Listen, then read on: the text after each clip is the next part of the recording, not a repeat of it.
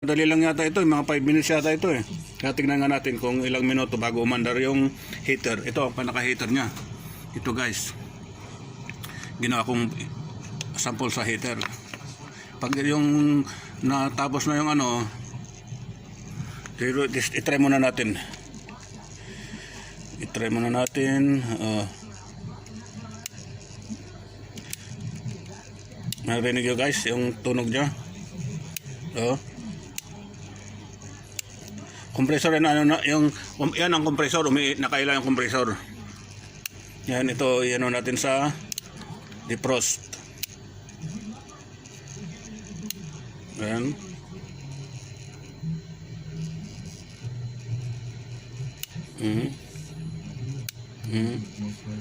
Yun. Antayin na tingnan natin kung ilang minuto bago mag-off yan. Yan ang panaka-heater niya. Defrost na siya. Defrost mode. Tingnan natin kung ano. Yan, umilaw na oh.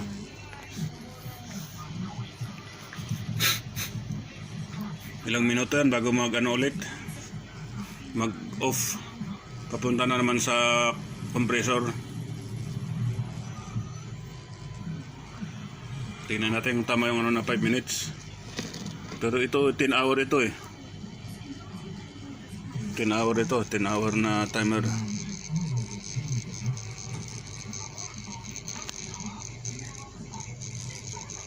Ito ay mag-focus. Yun.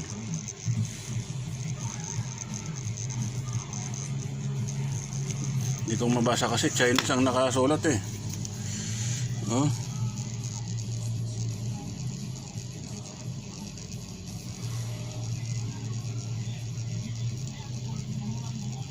Natin ilang minuto bago ano siya mag-off, magpapunta sa compressor.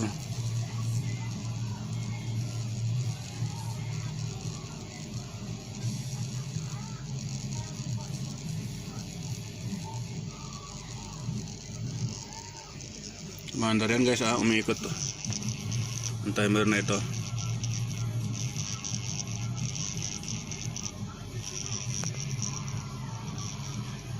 Yan, nakailaw pa rin yung ano, yung heater mode. Ito pag umilaw ito, pag umilaw ito, yan ang ano, compressor mode naman ito. Ang isang ano na yan.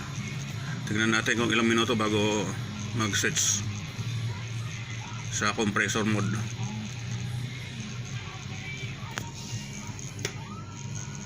May ngayong ano, guys. May ngayon itong yung ano, timer na ito oh. Oh.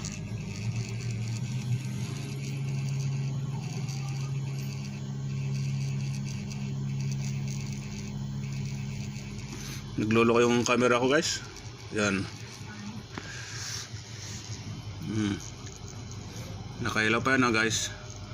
Tingnan natin para kita. Yun. Oh. Pag mag-switch wala pa kasi 5 minutes.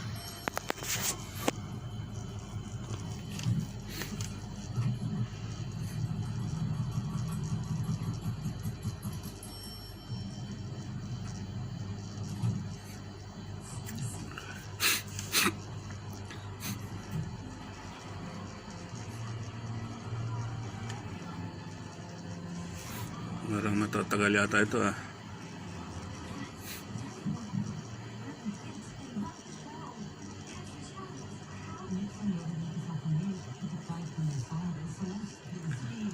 Ito siya guys oh. Tingnan natin kung mag-ano siya, magpalit.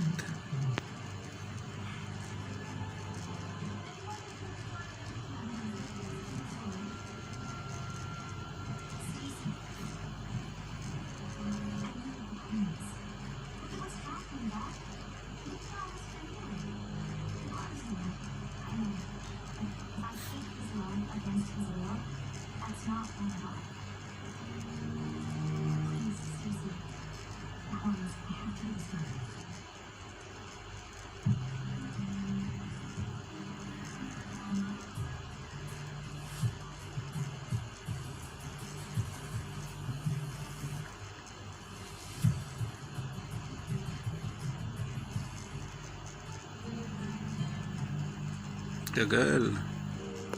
Baka 30 minutes nga ito siguro, guys.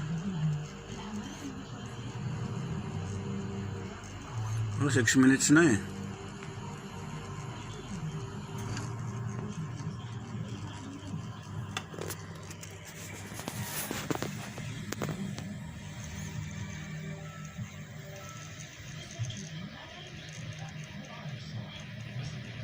Tumutunog guys yung ano niya, oh, yung timer na yan. Defrost timer.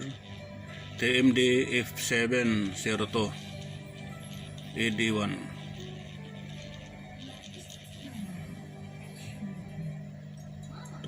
volts to 200 to 240 volts.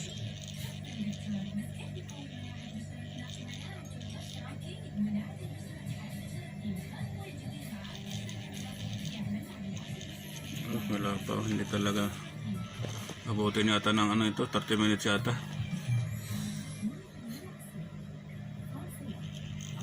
Oh, baka hindi naman gumagana na itong ano, baka sira naman itong timer na ito.